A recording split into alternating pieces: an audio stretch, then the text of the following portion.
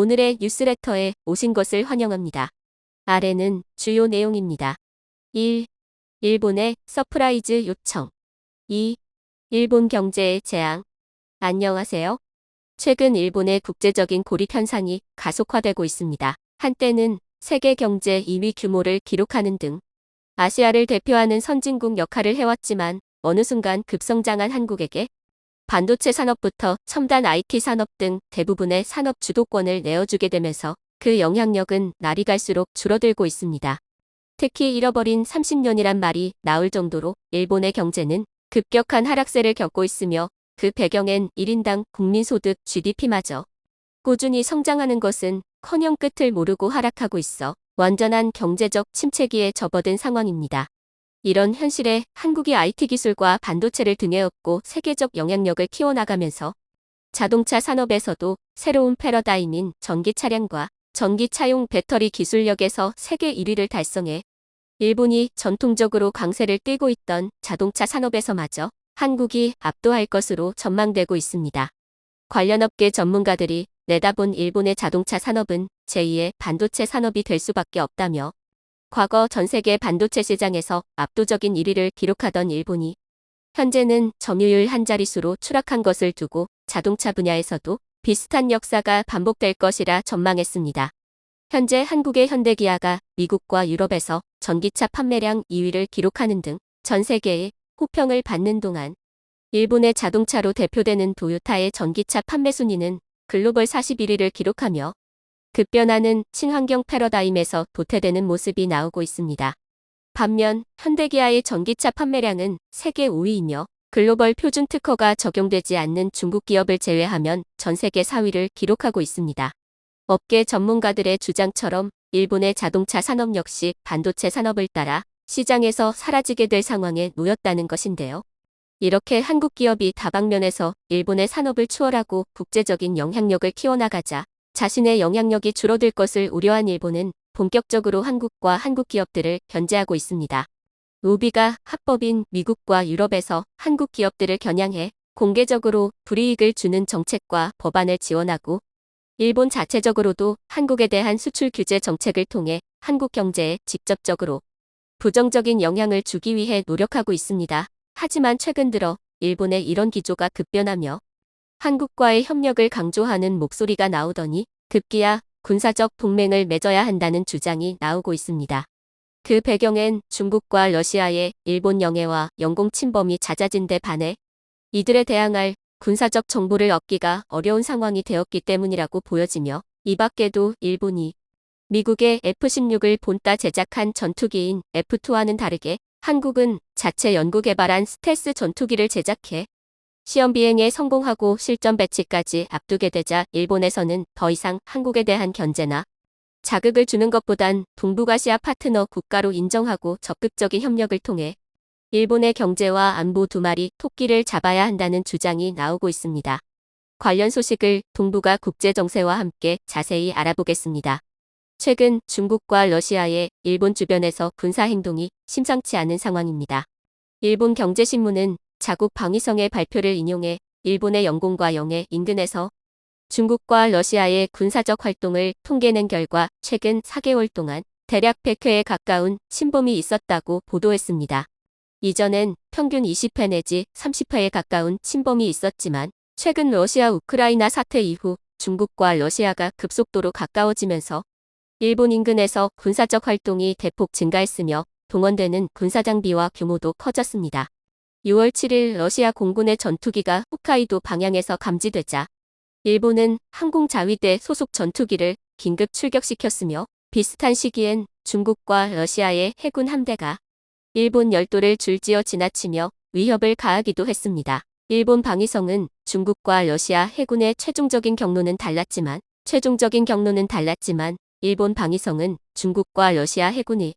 일본 방위성은 중국과 러시아 해군의 최종적인 경로는 달랐지만 양국의 합동 군사행동을 통해 일본에게 무력 경고를 하고 있다고 밝혔습니다. 이에 일본에서도 불안감이 증폭되고 있습니다. 일본의 군대는 해외로 나가지도 못하는데 중국과 러시아에 의해 자국 영토는 빈번하게 침범당한다며 전투기 긴급 발진 같은 중요한 내용이 뉴스 속보로 나오는 경우가 많아지는 등 일본 시민들이 체감하는 불안감이 증폭되는 것은 물론 주식시장에도 안 좋은 영향을 주고 있다는 뜻입니다. 일본은 중국과 러시아의 군사적 움직임을 미리 포착하고 대응하기 위한 체계와 시스템을 마련하려는 시도를 하고 있지만 중국과 러시아군의 움직임을 완전히 포착하기란 현실적으로 무리가 있다는 판단을 하고 있습니다. 이에 일본 내 전문가들은 중국과 러시아의 위협을 극복하기 위해선 한국이 가지고 있는 군사 정보를 통해 도움을 받아야 한다는 목소리를 내고 있습니다. 한국은 지리적으로 중국과 북한, 러시아 등 일본의 적성국과 가까우며 북한과 대치 상황으로 인해 24시간 가동되는 전략 감시 자산은 물론 주한미군과의 정보 교류로 북한의 주요 기지와 중국 측의 한반도 인근 군사기지, 잠수함과 군함의 이동 경로부터 군사공항에서 출격하는 전투기와 정찰기 등 일본이 확인하기 어려운 정보들을 수집하고 분석해 국가 안보에 사용하고 있습니다. 따라서 중국과 러시아의 군사적 도발이 발생하기 전에 한국으로부터 군사 정보를 넘겨받아 적극적으로 대응하기 위한 목적으로 한국에게 군사정보 보호 협정 지소미아를 재개하자는 요청을 해오고 있습니다. 오는 19일 일본의 요청으로 시작된 한일 외교장관 회담에서 일본 측은 한국에게 지소미아 재개의 필요성을 역설하고 한국과 일본 양국이 서로 협력하여 주변국들의 공세에 맞서야 한다는 주장을 펼쳤습니다. 일본의 태도가 이렇게 변환되는 한국의 KF-21 개발 성공이 한 가지 더 있다. 한국이 첨단 전략 자산을 갖추게 되면 가장 긴장하는 곳은 주변 국가들입니다. 일본 역시 자체적인 전투기 개발을 위해 많은 개발 비용을 투입한 과거가 있기에 한국의 KF-21 성공에 촉각을 곤두세우고 있는데요. 몇 년 전 일본은 미국의 F-16 전투기를 본따 자체적인 F-2 전투기를 개발했습니다. 하지만 천문학적인 개발 비용과 한정된 생산 물량으로 전투기 한 대당 가격은 세계 최강 스텔스 전투기인 F-22 랩터와 비슷해지는 황당한 일이 있었는데요. F-16 수준의 4세대 전투기임에도 불구하고 5세대 전투기의 비용이 드는 황당한 사업이었습니다. 일본의 예산심의위원회에서 심의한 결과 도입 당시 가격과 환율을 생각해보면 훨씬 더 성능 좋은 미국산 전투기를 더 살 수도 있었다는 계산이 나와 자체 전투기 사업의 실효성이 없다고 판단 내렸을 정도입니다. 하지만 한국은 일본과는 다르게 4.5세대 스텔스 성능을 갖춘 최첨단 전투기를 일본보다 훨씬 저렴한 개발 비용을 들여 만들었다는 것입니다. 이에 일본에서도 한국에 지지 않겠다며 5세대 전투기를 만들기 위해 자신만만한 계획을 밝혔지만 공동으로 연구개발하기로 한 영국의 참여가 예상과는 다르게 불투명해지면서 일본의 6세대 전투기 개발 사업은 좌초될 위기에 놓였습니다. 반면 한국은 반도체 산업과 자동차 산업 등 최첨단 기술력이 필요한 산업에서 두각을 나타내더니 이제는 초음속 스텔스 전투기까지 개발해 주변국에게 큰 긴장감을 안겨주고 있는 상황입니다. 이렇게 대한민국이 무시할 수 없는 수준으로 성장하자 일본에서는 그동안 한국의 발전을 방해하고 견제하던 태도에서 벗어나 한국을 동북아시아의 최고 협력국이자 파트너 국가로 격상시키고 군사-경제적 교류를 강화하는 쪽으로 정책 방향을 급선회하려는 움직임을 보이고 있습니다. 여기에 더 나아가 단순한 협력관계 그 이상이 동맹국으로 발전시키자는 비전을 제시하는 등 한국으로서는 일본의 급변한 태도가 상당히 어색하게 다가오고 있습니다. 더 이상 한국을 무시하고 견제하다간 일본이라는 국가의 존재 자체가 불투명해질 수 있기 때문입니다. 한국의 지정학적 위치와 첨단 기술력을 이용해 일본에게 가장 큰 위험 요소로 작용하는 중국과 러시아를 견제할 수 있다는 분석이 나오고 있지만 한국은 일본의 적극적인 구애 작전에 신중을 기하는 태도를 보이고 있습니다. 일본의 기회주의적인 행동에 당한 적이 한두 번이 아니기 때문입니다. 2019년 당시 한국에 대한 반도체 소재 수출 규제 조치를 실시한 일본은 한국이 일본의 적성국인 중국과 러시아에게 군사적 목적으로 사용될 수 있는 반도체 소재를 수출한다는 논리를 펼치며 한국으로의 수출을 막았습니다. 물론 시간이 조금 걸리기는 했지만 결과적으로 봤을 때 한국의 소재 장비 산업을 키워주게 되고 일본에게만 안 좋은 영향을 줬다는 점은 분명하지만 수출 규제 초기 당시 우리 기업들은 공급망을 확보하지 못해 상당한 혼란을 겪은 것도 사실입니다. 그런데 이제 와서 한국은 일본과의 군사협력은 물론 경제적 협력까지 할 수 있는 국가라고 치켜세우며 한국에 대한 다방면의 협력을 주문하고 있는 상황이 쉽게 납득하기 어렵게 다가오고 있습니다. 한국은 러시아와의 긍정적인 관계도 있으며 중국으로부터는 막대한 무역 흑자를 내고 있는 등 굳이 나서서 갈등 상황에 끼어들 필요가 없습니다. 지금처럼 중립을 유지하면서 국익을 도모하는 게 최선이지만 일본이 한국을 끌어들이려는 이유가 있습니다. 중국 러시아와의 갈등 상황에 한국이 포함된다면 유사시 일본 본토를 타격하기 전에 지리적으로 가까운 한국이 우선 타격 대상이 된다는 계산이 기저에 깔려 있습니다. 즉, 한국이 최전방에서 방패막이 역할을 하는 동안 일본은 반격할 수 있는 기회를 도모한다는 전략적인 계산이 있습니다.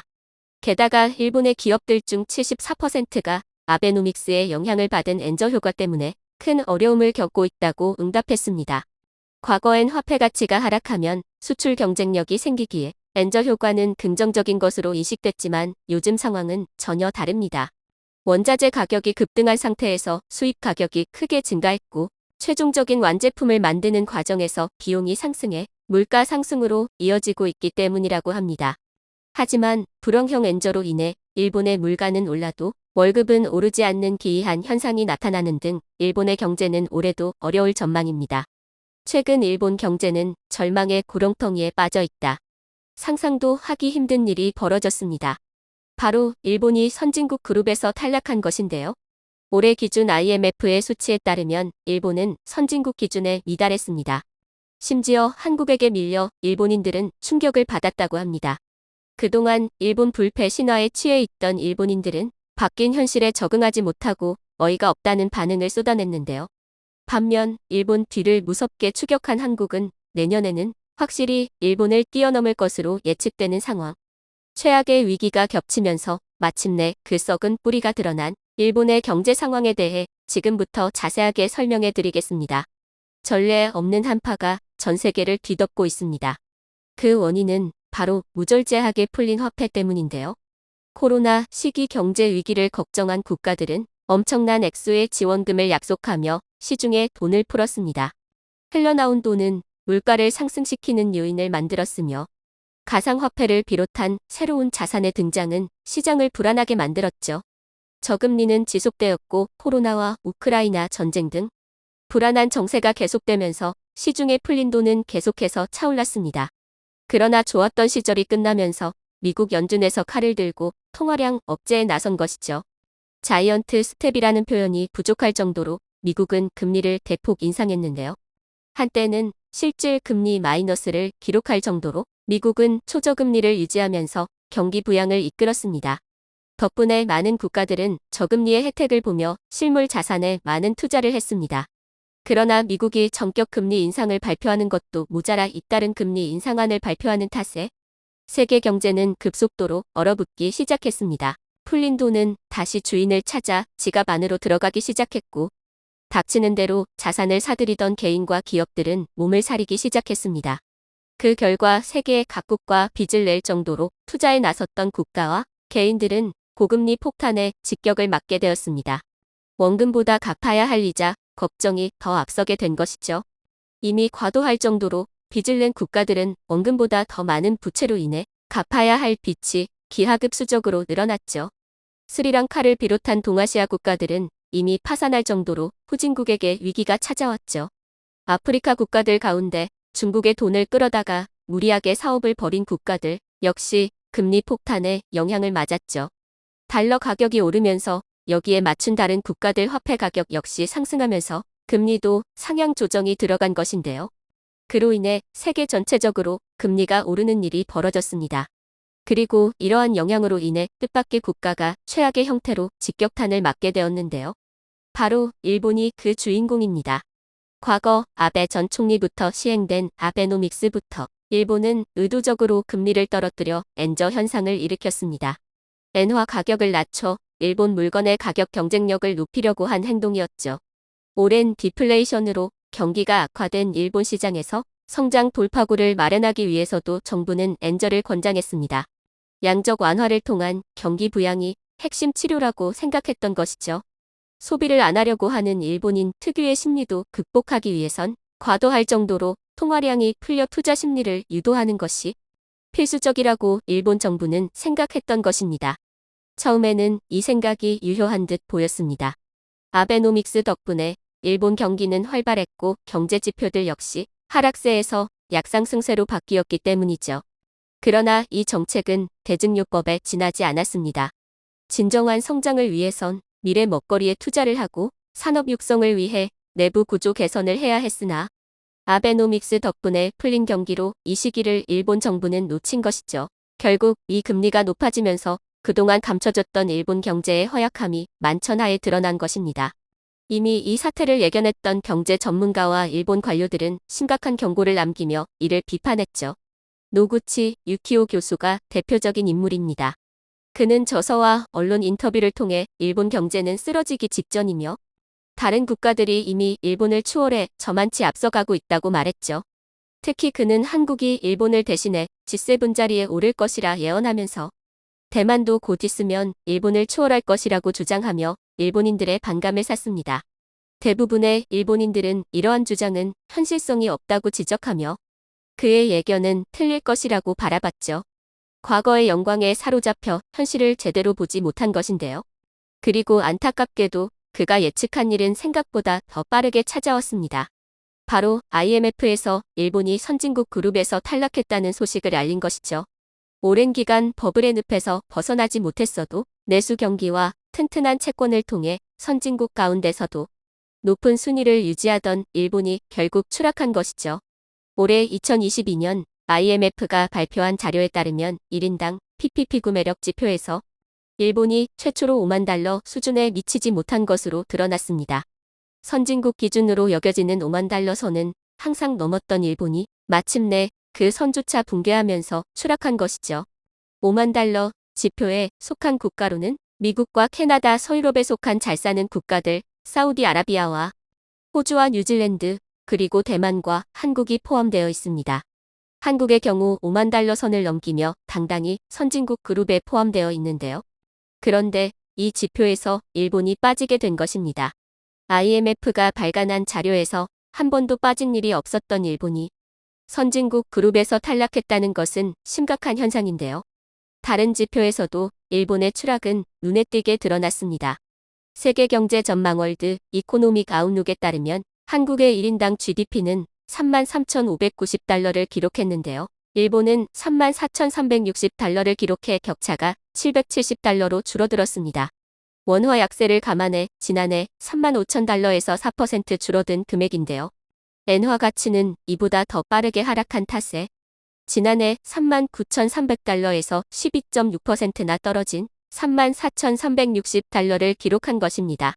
IMF 통계 작성 이래로 최소 수준인 770달러로 좁혀지면서 1995년 31,640달러 수준의 격차를 보였던 1인당 GDP는 조만간 일본을 추월할 것으로 전망합니다.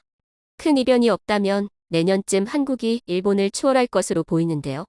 강달러 현상을 보이며 무섭게 치솟고 있는 환율 역시 일본을 조이고 있는 위험 요인입니다.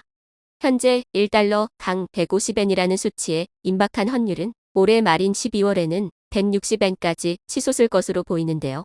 일본 미디어 겐다이 비즈니스는 경제평론가 스즈키 다카히로의 분석을 인용, 일본 경제가 최악의 경우 2023년 환율 180엔 시대를 기록할 수 있다고 전망했습니다. 경기가 나쁜 것도 모자라 물건값도 오르는 스태그플레이션이 닥칠 것이라 본 것이죠. 파산하는 기업도 가파르게 치솟고 있습니다. 산케이 신문은 데이코 코데이터 뱅크 자료를 인용해 올해 4-9월 사이 도산한 기업이 159곳으로 지난해 같은 기간 대비 2배나 많은 기업이 파산한 것으로 분석했죠. 일본 민간 경제 부분에서도 이러한 위험 신호는 커지고 있습니다. 100엔 숍 열풍이 불었던 일본에서는 이제 500엔 숍이 생겨나고 있다고 하는데요. 일본 가게의 수입이 줄어들면서 이들을 사로잡기 위해 적당한 품질의 싼 제품을 내놓아 판매량을 늘리겠다는 전략이죠. 무인양품이 선보인 500엔 숍은 큰 인기를 누리며 가파르게 상승하고 있다고 합니다. 일본 정부 역시 이를 잡기 위해 여러 대책을 내놓으며 민심 잡기에 나섰는데요. 그러나 이제까지 대증요법으로 경제 위기를 넘기려고 했던 일본은 한계를 맞이하며 심각한 붕괴 위험에 직면하게 되었습니다. 그동안 애써 외면했던 가계 부채로 금리가 상승하게 되면서 일본 정부는 큰 부담으로 돌아온 빚 갚기에 나섰습니다. 이미 세수의 상당 부분을 원리금 갚는 데 사용하고 있는 가운데 금리 폭탄으로 일본 정부에게 더욱 큰 부담이 가해진 것이죠. 아베노믹스로 인해 일본 정부 부채는 GDP의 260%가 되었습니다. 다른 국가라면 진작 파산하고도 남았겠지만 안전자산으로 평가받는 엔화의 통화 가치와 일본 정부의 외환 보유고 덕분에 겨우 무마시킬 수 있었는데요. 그러나 이것도 한계에 부딪힌 것입니다. 정부는 엔화 매입과 달러 매도 정책으로 시장 개입에 나서는 등 적극적인 엔화 가치 방어에 나섰지만 세계적인 흐름과 강달러 기조는 바뀌지 않은 상황에서 불가능한 일이었습니다. 그런데 이런 와중에도 기시다 후미오 정부는 권력 유지를 위해 포퓰리즘 정책에 손을 대면서 지지율 끌어올리기에 앞장선 상황. 최근 아베 전 총리 사망과 통일교 관련된 이슈로 인해 일본 정계에서 기시다 후미오는 큰 위기에 몰렸습니다. 지지율 20%대를 유지하면서 정권 교체 이야기도 공공연하게 나들었죠. 이를 막기 위해 기시다 후미오는 최근 전기 및 도시가스 요금의 10%를 보조하는 방안을 내세우며 민심 달래기에 나섰습니다. 에너지 요금 급등으로 어려움을 겪는 국민들의 고통을 조금이나마 줄이겠다는 취지에서 내세운 정책인데요. 문제는 이로 인해 4조 2천억엔 한화로 40조 원의 예산이 더 들어가야 한다는 것입니다. 지금도 엄청난 부채를 지고 있는 일본 정부의 빚이 더 한층 늘어나는 셈이나 다름없는데요. 당연히 국민들 입장에서는 물가 상승으로 인해 고통받는 가운데 오히려 보조금 지급 때문에 일본 국민들이 더 빠르게 죽어간다는 비난을 하기에 이릅니다. 그런 가운데 일본 국민들 가운데서는 한국을 배워야 한다고 말하며 한국의 경제지표와 일본의 경제지표를 비교하는 일도 일어났는데요. 문화는 물론이고 경제에 있어서도 일본을 추격하는 한국의 성장세에 일본은 그나마 남은 자존심도 꺼지는 상황. 엔저 쇼크로 손해를 입은 일본인들 상당수가 외화에 투자하며 일본의 부가 현재 외부로 빠져나가며 일본인도 일본을 버리는 가운데 과연 일본은 끔찍한 경제 위기 상황에서 벗어날 수 있을까요? 시청해주셔서 감사합니다.